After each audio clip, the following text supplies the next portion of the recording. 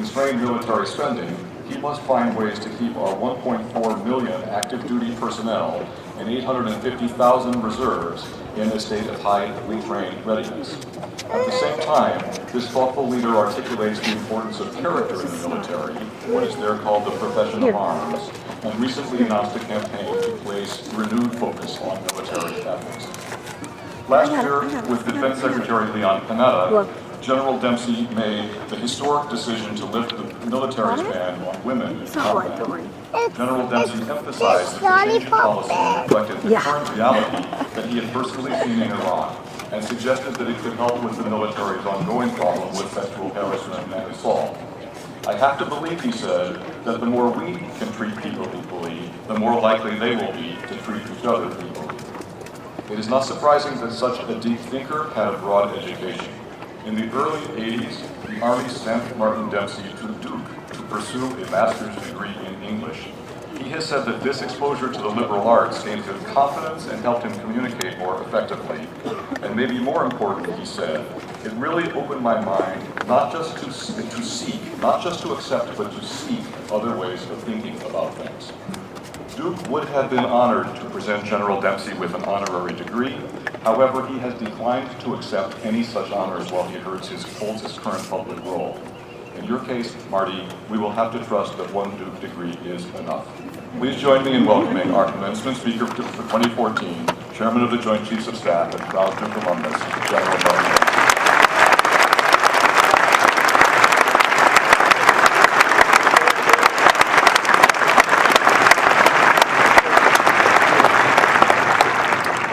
You got that right, Mr. President. I am a proud Duke alumni. Just to get the energy level up here a little bit, how about you join me in the following chant that I wouldn't mind if they could hear it down on Franklin Street. Here we go. Let's go, Duke! Let's go, Duke! Let's go, Duke! Let's go, Duke! Let's go, Duke! All right.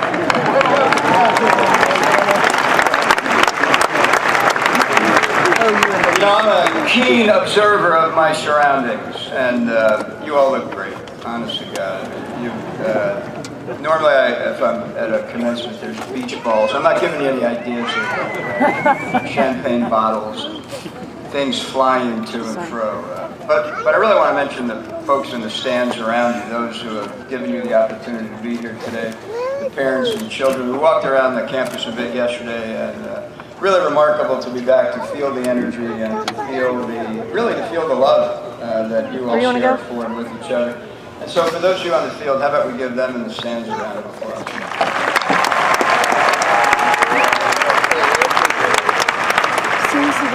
I mentioned I'm a keen observer of my surroundings. Some of you in the back may not hear this, but I know that the folks on the stage are aware of the fact that a family of birds has moved into your architecture here. And I think I never did study birds, actually, when I was here. Sometimes I felt like I may have been studying birds, but it turned out to be poetry. But these particular birds appear to me to be Chapel Hill warblers, best known for whining about referees in basketball games.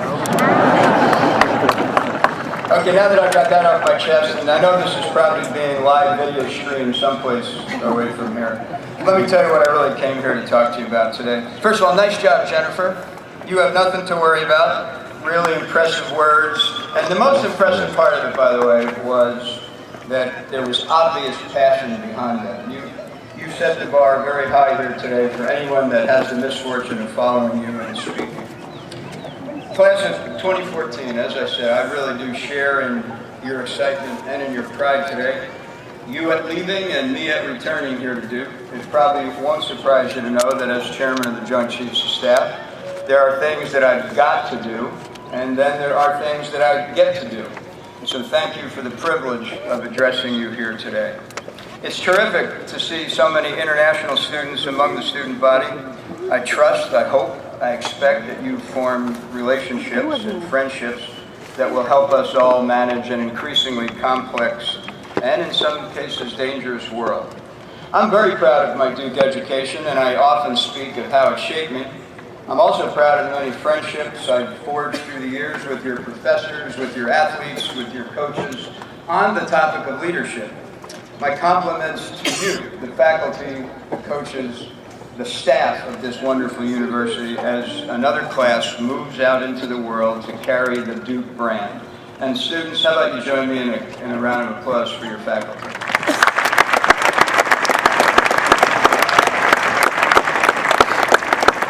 There's always curious moments that happen just before you give a commencement address, and I try to capture some of them. One of them happened to me last night at dinner. I've famously spoken about getting a C on an English paper that I'd labored over for 6 months and completely unsettled me. You know, somehow I thought effort's really what mattered, and output, didn't have any part to play. But I did have a professor here who made that clear to me. So last night, I'm sitting with him. I think they sat him next to me to taunt me, frankly, but I was sitting next to him. I won't name him because I didn't ask permission to do so. But he sat there for a good bit of the evening encouraging me to write a book. And I said, Professor, you got to be kidding. I'm the guy that when I was your student, you actually asked me to please stop writing your answers and we'll do it orally because I can't stand the way you write. So what goes around comes around. Now he wants me to write a book. Who knew?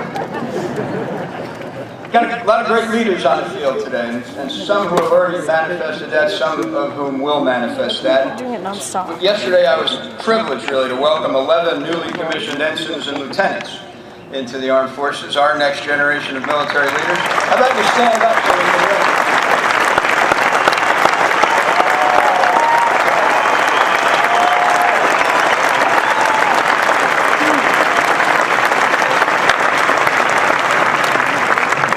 And let's not forget, today's Mother's Day. So I also salute those of you who have nursed, nudged, nurtured, and nervously watched these terrific young men and women grow up. You'll still watch them nervously, but thanks for what you've done to bring them to this day in their lives. And again, please join me in a special round of applause for those of you honored with the noble title of Mother.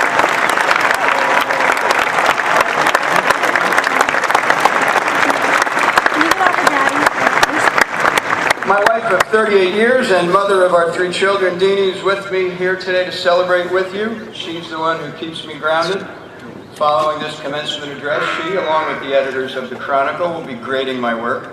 When I first made Brigadier General 12 years ago, I was a bit, maybe I would describe it as full of myself for making general.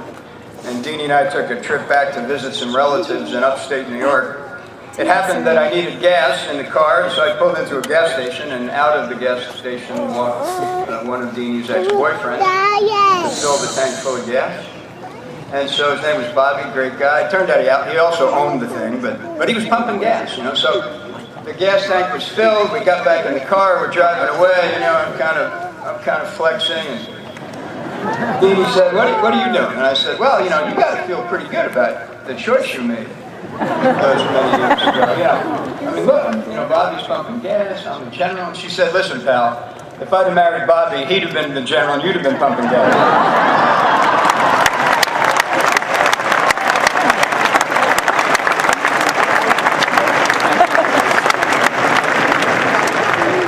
I'm okay with that. Choose wisely, men and women in the audience. It's 30 years since I stood tall in this stadium and received my master's degree with my wife and 3 children, then aged 5, 4, and 1, looking on approvingly. I'd come to Duke a confident young Army captain with 8 years of military service, and really with little idea of what would become of me. My Irish Catholic mother worried that I was matriculating at a Methodist university. As the product of Catholic education in West Point, I'd actually never had to dress myself, and so my wife worried that I would embarrass both of us by dressing too conservatively. And me, I worried about Duke basketball pretty much. That was the sum total of my worries in those days. There were moments, though, when I wasn't sure I would make it through Duke, but instinctively, I knew I had to keep trying and I had to keep learning. Not so much in support of any particular plan I had, but perhaps in support of exactly the opposite of a well-crafted plan. A sense that in my chosen profession, history might actually find me, and that I'd better be ready. Looking back at it, it turns out that those years of the mid-'80s were actually among the most stable of my now 40-year military career. And history did find me about 20 years after I left this beautiful campus. As you prepare to embark on your own careers, you're probably wondering if the chairman of the Joint Chiefs of Staff is worried about the future. Well, of course I'm worried about the future. I worry about big nations becoming more aggressive, about little nations developing weapons of mass destruction, about religious extremism and what it creates, about the collapse of governance along the Mideast and North Africa, about criminal networks that move drugs and illegal immigrants and arms to and across our borders. I worry about a pervasive and growing weakness in national and international institutions and structures that have for decades held together our sense of order and well-being. And yet, when I look carefully and thoughtfully at all of this, I see more opportunity than vulnerability. I remain encouraged, not least because of the young men and women that I find poised to lead us. A few things do seem clear to me. We will have to think our way, not bludgeon our way into the future. There will be more options, but also more ambiguity in dealing with the challenges we face. You will need to find, fix, and remain true to your moral compass, or you'll find yourself paralyzed. Now, I don't have time to address each of these, and even if I did, I would be doing you a disservice. You have to find your own way. You leave Duke with the intellectual tools to accomplish whatever lies ahead of you. But that's only half of what you need, and only you can measure the other half. Let me explain.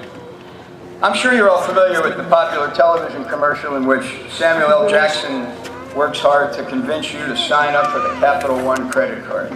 You've heard it, right? This is the fastest, easiest, most reliable bank card on the planet. It's to drive it into the end zone, knock it out of the ballpark, take it down the lane, slam dunk bank card. And then he asks, what's in your wallet? And by the way, for the parents in the audience having paid for a Duke tuition for the past 4 years, I know the answer to that. But after 4 years of hard work, you young men and women on the field have in fact crossed your academic goal line. You've hit it out of the park. You've taken it to the rack and thrown it down with a vengeance that would rock Cameron Indoor Stadium. But what's in your heart? You're all going to lead something.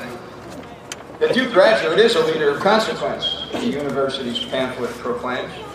I know your resume, but what's in your heart? My real worry is that you and some of your peers across the country won't confront that question. You'll quickly become too busy to give each moment the value it deserves, too driven to lead personally, too confident to be inquisitive, too certain to be approachable. I had a mentor suggest to me once that from time to time I ought to ask myself a very simple question. When is the last time I allowed someone to change my mind about something? The more responsibility you get, the more important that question becomes. So let me be clear. America needs you. It needs each of you if it hopes to remain what it is and what it needs to be. We are, and have it within us to remain exceptional. But you've got to make this wonderful education you've just consumed matter. Make it matter. On my desk in the Pentagon sits a small wooden box, and in it are 129 small laminated cards. And on each card is a picture of a soldier that I've lost under my command in Baghdad in 2003 and 2004, and I carry 3 others in my pocket at all times. On that box in the Pentagon on my desk are 3 simple words: make it matter. Someone once told me that hope is not a method. Nevertheless, here's what I hope for you on this important day. I hope you believe in yourselves as much as we sitting up here and those sitting around you believe in you. I hope you believe in each other. The class of 2014 really could be extraordinary. I hope you genuinely believe in the greatness and in the exceptionalism of this country. Encourage it, criticize it, participate in it, but above all, believe in it. I hope you understand and believe in action over admiration. The Duke pamphlet is right. We need leaders of consequence. No mediocrity, no bystanders, no ambivalence. Both by your own work and by your family sacrifices, you've been given the greatest gift of all, an education. Make it matter. It's sunset right now in Afghanistan. Thousands of young men and women your age are either completing their day's work or just about to begin it. They do what they do because they trust each other and because they sense that they should give something back for the opportunities that they enjoy in this country. So they put on their rucksacks, they march out of their base camps and into an uncertain future. That's their way of making it matter. I hope you find your own. And now, I'm reminded of the baseball manager and what he said to the pitcher during a late inning visit to the mound. The manager says, "Time to hit the shower." Pitcher, "I'm not tired." Manager, "Maybe not, but the outfielders are." So I'll end by channeling young Jenny up here. She congratulated you on an education well-earned and a life, to this point, well-lived. I add to that my hope that you make it matter. Good luck, Godspeed, and fight, Blue Devils, fight. Thank you.